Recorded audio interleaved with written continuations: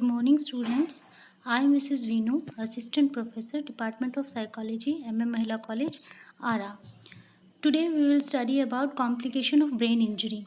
आज हम पढ़ने वाले हैं कि ब्रेन इंजरी होने के बाद क्या क्या कॉम्प्लिकेशंस डेवलप हो जाती हैं. The major complication of moderate and severe closed head injuries are edema, brain herniation, extradural and subdural hemorrhage, intracranial bleeding and skull fracture. यानी कि ये क्या है, ये सभी कॉम्प्लिकेशंस हैं. जब हेड इंजरी होती है या ब्रेन इंजरी होती है तो उसके बाद ये सारी कॉम्प्लिकेशंस डेवलप हो जाती हैं. अब हम एक एक करके इनको डिस्कस करेंगे. First of all we will discuss about edema. Edema क्या होता है? Edema, as the brain get injured it create edema. जैसे ही हेड इंजरी होती है या ब्रेन इंजरी होती है तो उससे क्या क्रिएट होता है? एडिमा क्रिएट होता है. एडिमा मीन्स स्वेलिंग, कि ब्रेन के अंदर स्वेलिंग हो जाती है, विच इंक्रीज इंट्राक्रैनियल प्रेशर. जिससे कि जब वो स्वेलिंग होती है तो क्या होता है? इंट्राक्रैनियल प्रेशर बढ़ जाता है. इट विल डिफ्यूज और डैमेज टू द ब्रेन. और उससे क्या होगा कि ब्रेन जो होता है वो अंदर से डैमेज हो जाता है. जैसे ही जो हेड है वो इंजर्ड होगा तो उससे ब्रेन के अंदर स्वेलिंग होगी, एडिमा होगा, और जिससे इंट्राक्रैनियल प्रेशर बढ़ेगा. और इंट्राक्रैनियल प्रेशर बढ़ने से जो ब्रेन होता है वो अंदर से डैमेज हो जाता है. देखो, जैसे इसको एक फ्लो चार्ट के द्वारा समझो. इंजरी हुई तो एडिमा हुआ, एडिमा मीन्स स्वेलिंग हुई, और ICP increase, intracranial pressure increase हुआ, और उसका रिजल्ट क्या हुआ? It will diffuse and damage to the brain. This is called edema. ये ब्रेन के इंजरी होने के बाद ये कॉम्प्लिकेशन डेवलप हो जाती है. अब हम आगे बढ़ते हैं ब्रेन हर्निएशन की ओर. ब्रेन हर्निएशन में बेसिकली क्या होता है कि जो ब्रेन है वो डाउनवर्ड डिस्प्लेस हो जाता है. उसकी जो फॉर्म होती है वो गड़बड़ा जाती है, डिफॉर्मिटी हो जाती है. कैसे? जब ब्रेन में मान लीजिए कि हेमरेज हुआ या ट्यूमर हुआ या इन्फेक्शन हुआ या कोई इंजरी हुई तो उससे क्या होता है? उसकी वजह से ब्रेन हर्निएशन होगा. ब्रेन हर्निएशन का मतलब कि जो ब्रेन है वो डाउनवर्ड डिस्प्लेस हो जाएगा, और उसका परिणाम ये होगा कि जब ब्रेन नीचे की तरफ डिस्प्लेस हो जाएगा तो ब्रेन की जो फॉर्म है वो गड़बड़ा जाएगी, डीफॉर्म हो जाएगा, वो डिफॉर्मिटी हो जाएगी.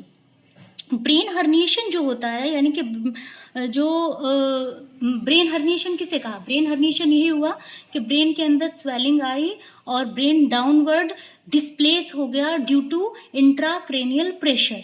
इंट्राक्रैनियल प्रेशर बढ़ने की वजह से ब्रेन जो हुआ वो डिफॉर्म हो गया.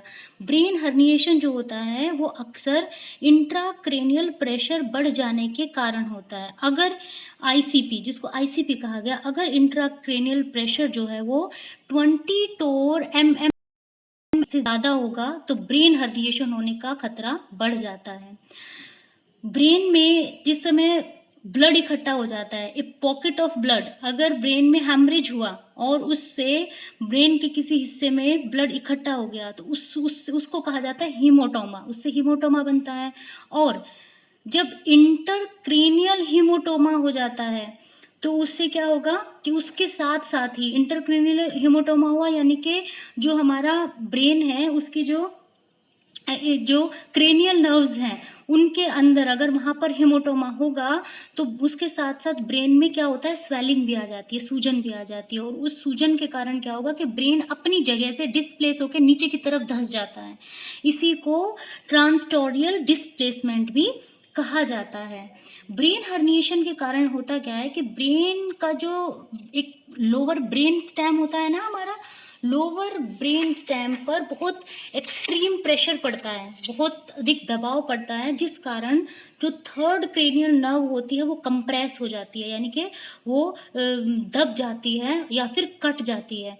इसके कारण व्यक्ति या जो पेशेंट है उसके जो मोटर फंक्शंस होते हैं वो खराब हो जाते हैं. और किस साइड के मोटर फंक्शन?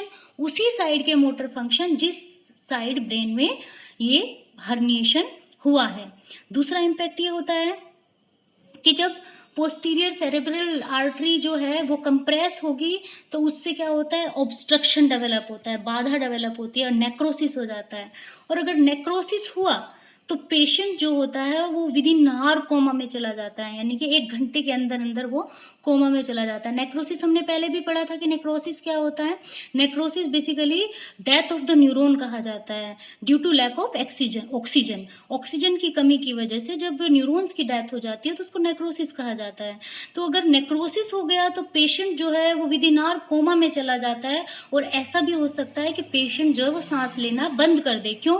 क्योंकि जो प्रेशर है अगर वो मेड्यूला ऑब्लोंगाटा पर बढ़ जाता है, अगर प्रेशर जो इंट्राक्रैनियल प्रेशर है अगर वो मेड्यूला ऑब्लोंगाटा पर बढ़ जाता है तो व्यक्ति ऑन द स्पॉट उसकी डेथ हो जाती है। देखो, जब एडिमा होता है, एडिमा का मतलब हुआ स्वेलिंग होगी, ब्रेन में स्वेलिंग होगी, तो ये होता है इंट्राक्रेनियल प्रेशर बढ़ने के कारण, आईसीपी बढ़ने के कारण। और जब इंट्राक्रेनियल प्रेशर बढ़ता है तो उससे ब्रेन हर्निएशन होता है। ब्रेन हर्निएशन का मतलब कि जो ब्रेन है वो डिस्प्लेस हो रहा है, डीफॉर्म हो रहा है। ओके, तो अब ब्रेन हर्निएशन को अगर बचना है तो उसके लिए इंट्राक्रेनियल प्रेशर को कंट्रोल करना होगा। इंट्राक्रेनियल प्रेशर को कंट्रोल करना मेन इशू रहता है। अब इंट्राक्रेनियल प्रेशर को कम करने के लिए क्या कर सकते हैं हम? जो पेशेंट है उसका बीपी कम कर दिया जाता है और हाइपर वेंटिलेशन कर दिया जाता है। हाइपर वेंटिलेशन यानी कि उसकी जो वेन्स है उनको फैलाया जाता है आईसीपी को स्टेबलाइज करने के लिए, इंट्राक्रेनियल प्रेशर को स्टेबलाइज करने के लिए उसके बीपी को कम कर देते हैं, हाइपर वेंटिलेशन किया जाता है। और कई केसेस में तो पेशेंट को आर्टिफिशियल कोमा दिया जाता है, चाहे पेशेंट कोमा में नहीं भी है लेकिन फिर भी उसको एडिशनल कोमा दे दिया जाता है ताकि उसका जो मेटाबॉलिज्म है वो डाउन हो जाए और उसकी ब्रेन की स्वेलिंग किसी तरीके से कम हो जाए। ठीक, तो अब हम बात करते हैं आगे कि अगर व्यक्ति की जो ब्रेन की स्वेलिंग है वो कम नहीं हो पा रही है, एडिमा नहीं जा रहा है, तो तब क्या करना पड़ता है? तब उसको सर्जिकली रिमूव करना पड़ता है। जिस सेरेब्रल एरिया में जहाँ पर स्वेलिंग हुई है उसको निकालना पड़ता है। जैसे एक केस डिस्कस किया गया, एक केस इसी तरीके से एक फ्रैंकल का था। तो वो जो फ्रैंकल था वो 22 साल का एक व्यक्ति था। एक बार वो अपने दोस्त के साथ गाड़ी में बैठकर एक मारिजुआना ड्रग खरीदने के लिए चला गया। दुकानदार ने फ्रैंकल को देखकर उसे ऐसा लगा कि ये वही लड़का है जो उससे पहले ड्रग लेकर के गया था, मगर इसने पैसे नहीं दिए थे। इस चक्कर में उसने फ्रैंकल को गाड़ी से उतरा और एक बेसबॉल बैट से उसको खूब मार के गिरा के चला गया। लेकिन मिरेकल ये हुआ कि वो सर्वाइव कर गया। जो व्यक्ति इंजरी जिसको हुई वो सर्वाइव कर गया, लेकिन उसका इंट्राक्रेनियल प्रेशर बढ़ने के कारण वो कोमा में चला गया। जो वो कोमा में चला गया तो उसे ठीक करने के लिए न्यूरोसर्जन ने उसका जो राइट फ्रंटल लोब था उसको रिमूव कर दिया।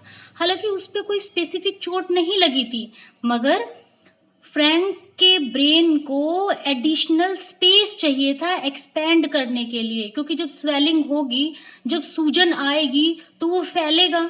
तो अब जो उसका ब्रेन था उसको एडिशनल स्पेस चाहिए था फैलने के लिए, इसलिए उसका फ्रंटल लोब जो था वो रिमूव कर दिया गया।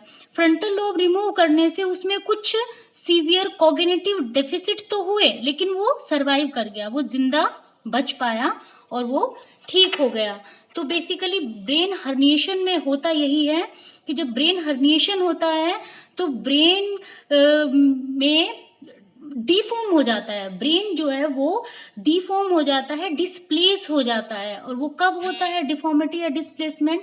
वो तभी होता है जब ब्रेन के अंदर सूजन आती है, स्वेलिंग आती है, इंट्राक्रेनियल प्रेशर बढ़ जाता है, तो ब्रेन जो है वो डिफॉर्म हो जाता है, डिस्प्लेस हो जाता है। इसी को ब्रेन हर्निएशन का नाम दिया जाता है। इससे आगे के जो कॉम्प्लिकेशंस हैं, जैसे कि एडिमा के बाद आता है आपका extra ड्यूरल and subdural haemorrhage, intracranial bleeding and skull fracture. इसको हम अपने नेक्स्ट वीडियो में डिस्कस करेंगे।